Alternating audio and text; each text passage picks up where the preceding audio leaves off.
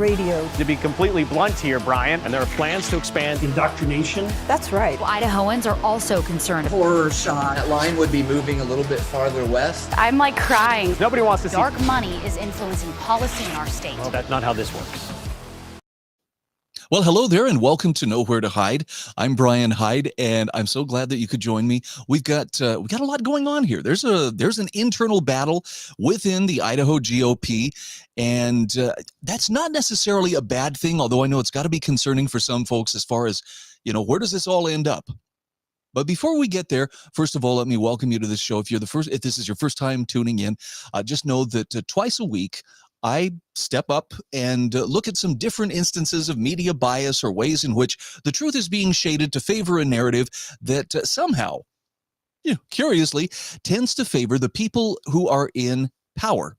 Now, it can take some interesting forms in a heavily Republican state like Idaho, but let me give you an example of what I mean by that peculiar media bias. Let's start with the Idaho Statesman, which is a reliable source of this bias. And look at this headline here. Idaho law forced women out of state for abortions. They detail grim experiences. Now, like you, I'm probably as shocked as anybody because I think we all know that the word grim and abortion, you almost never hear those words together. Abortion is supposed to be one of the happiest times in a person's life. I mean, families rejoice when they don't? So you see what I'm talking about? It's a grim experience to have to go somewhere else. And of course, they always try to frame it in the context of, and this is only for health concerns. It's only because of health problems that a woman would even have an abortion, when the truth of the matter is most abortions are not because of health concerns, unless health means it could inconvenience me and that could cause stress. And for some people, that's enough. Nevertheless, it's one of those huge battleground issues, and it's a big wedge issue, but within the GOP, you'll find that really there's a lot of agreement, particularly on pro-life matters. But as far as what is the proper role of government, well, this is where the GOP is experiencing a slight bout of multiple personalities. And I'll give you an example of what that looks like. It was just a few weeks ago that Senate President Pro Tem Chuck Winder issued some very nasty letters to what he deems naughty legislators, naughty senators who are not keeping up, their job of supporting whatever it is Senate leadership does. In other words, they were questioning some of the things that were happening at the state level. And he stripped a couple of these senators from chairmanships and chairmanship assignments within the party. It's okay to have differences of opinion, but this was a very interesting attack from a rather powerful leader within the Idaho GOP. Well, look at what the Ada County Republican Central Committee did recently. They are back. They're pushing back against Chuck Winder. This is from the Idaho Tribune. Ada County GOP passes resolution against IACI lackey Chuck Winder. I believe that's the Idaho Association of Commerce and Industry. If I've got that acronym wrong, please correct me. But conservatives fighting back against a liberal establishment. And the sub-headline here really tells the tale. Conservatives, the ones who got censured or who were otherwise published or punished or taken to the woodshed by Senator Winder, they're done playing around with corrupt corporate shills. Now, this is not just jockeying for position. This is not just a matter of we want to look better than him so that we get more votes or more, amazing assignments or whatever. This is really about what is government rightly and properly supposed to do. And you'll see why, in some cases, these senators were calling out some of their colleagues for things that have just become matter of fact. That's just how business is done within the Idaho legislature. So let's get into the story just a little bit here. First of all, I want to thank Maria Olson Nate, for she sums up. This is why Winder was going after people like Senator Scott Herndon, Senator Bryant Lenny, Senator Glenita Zweiterveld.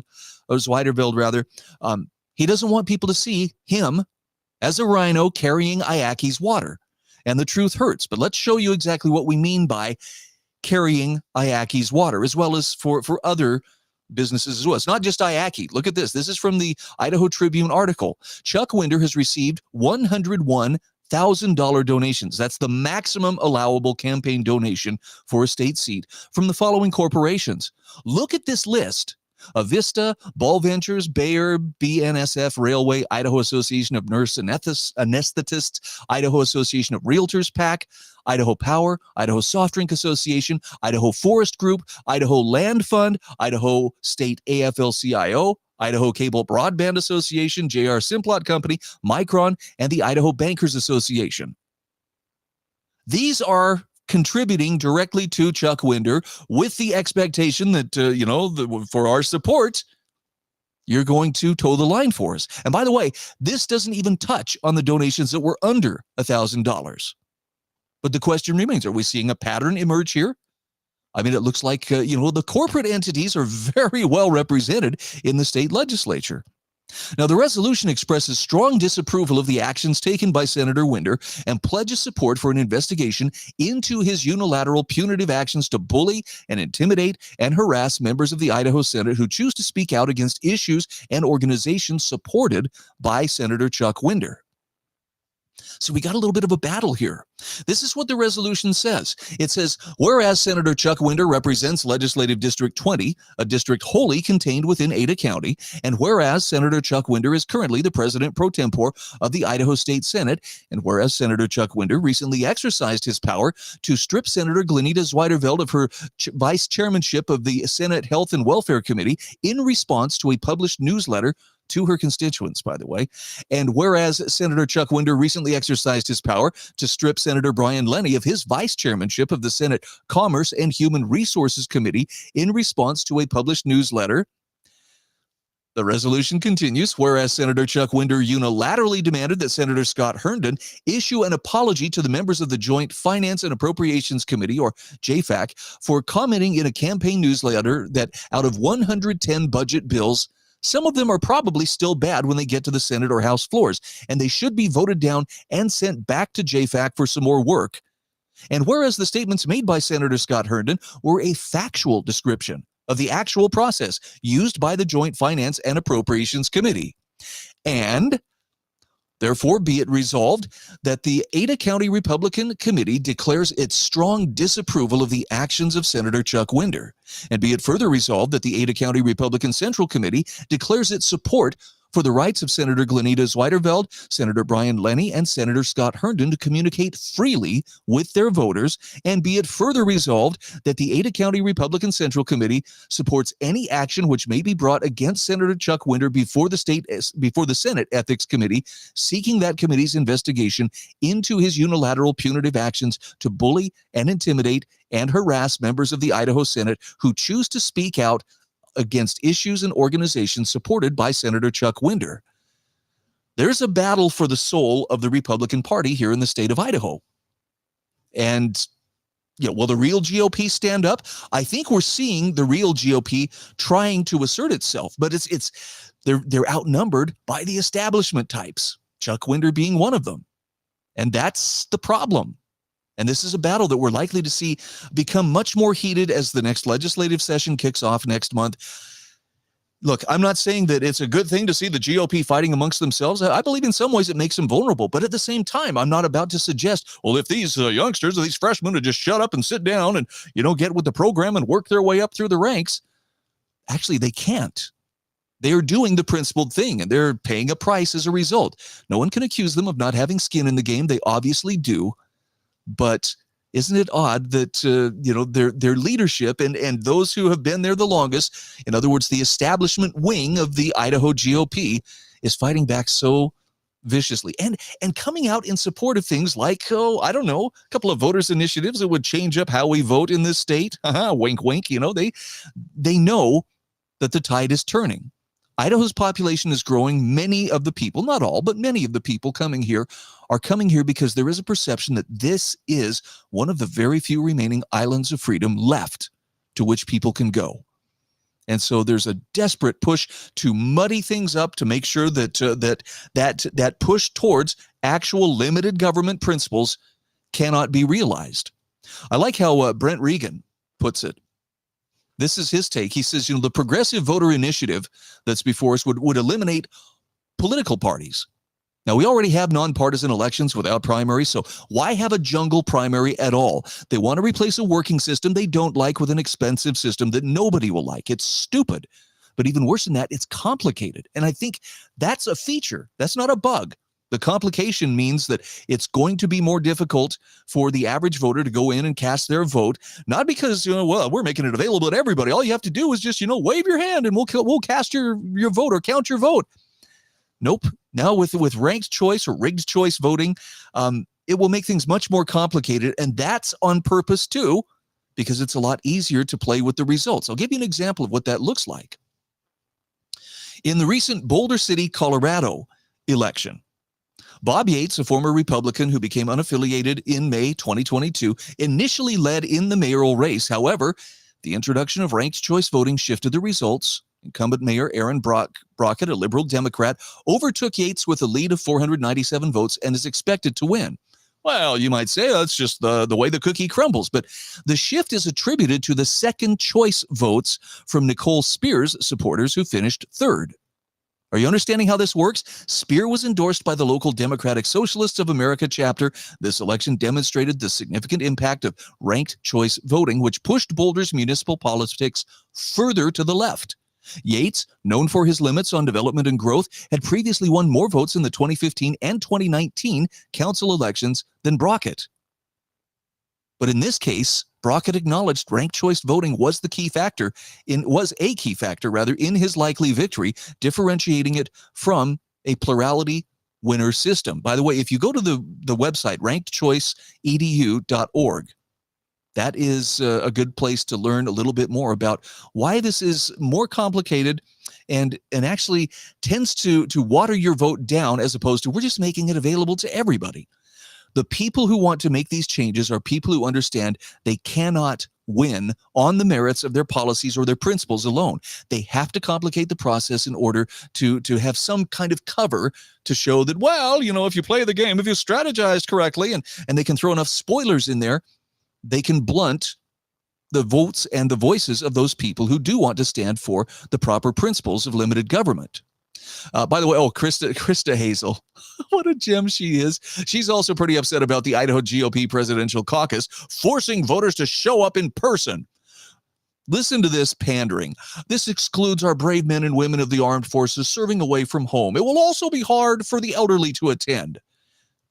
I don't know that that's been different in any election year, but I did respond to her and said, wouldn't it be safer and more secure to have people show up in person, use a paper ballot? It just seems like that's less complicated. There's less to go wrong, less way for mistakes to be made, less opportunity for people to tamper.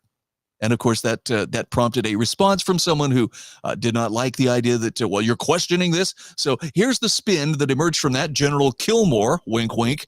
It would appear Brian is in favor of restricting our armed servicemen from voting. Way to support the troops, my dude. Yeah, I guess if you're not bound by reality, you can go pretty much anywhere. And I told him, I'm not sure where you pulled out that interpretation, but I sure hope you stood up first. So here's a quick way to look at this. Hand-marked paper ballots, absentee ballots for those in the military, are the most secure way to vote for anyone.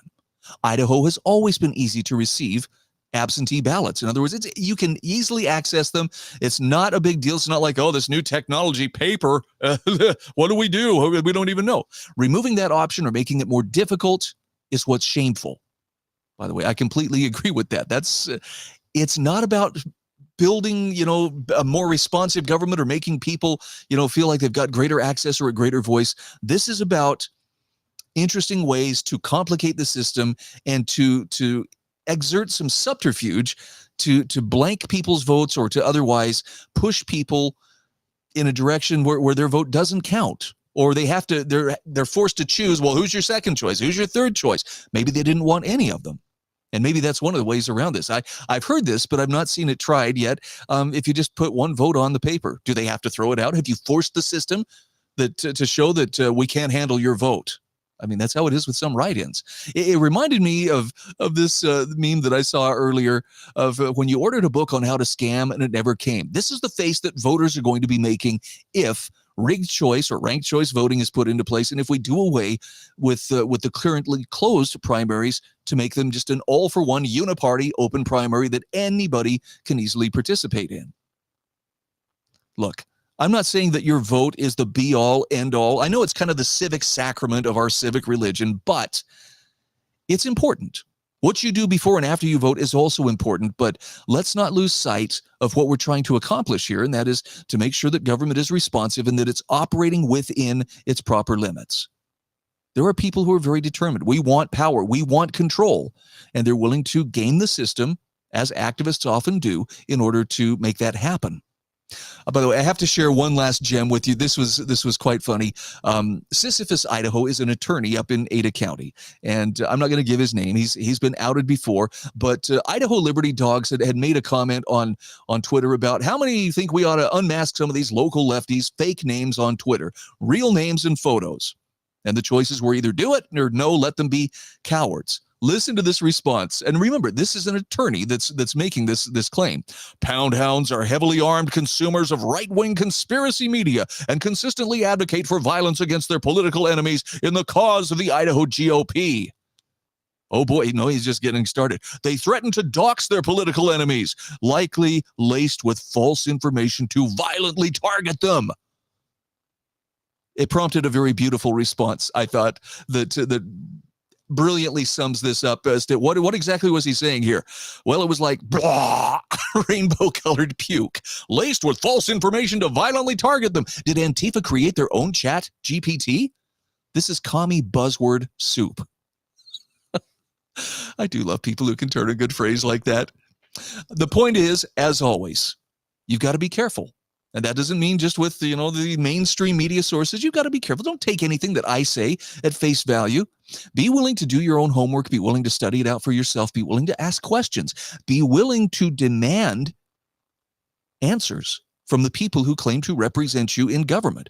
But above all, pay attention to who is trying to increase the size and costs of government versus who is trying to shrink the size and cost of government in order that you may better exercise your liberties and make more of your own choices. One of them is on your side. One of them is working to expand your freedom. The other is working to take it away. But at the same time, they're, sizing you up for a straitjacket and pretending that they're doing you a big favor. Hopefully this helps you see through their efforts. I'm Brian Hyde, and this is Nowhere to Hide. Are biased, the Idaho Press Club are biased, all media, newspaper, radio. To be completely blunt here, Brian, and there are plans to expand indoctrination. That's right. Idahoans are also concerned. Horror shot. That line would be moving a little bit farther west. I'm like crying. Nobody wants to see Dark money is influencing policy in our state. Well, that's not how this works.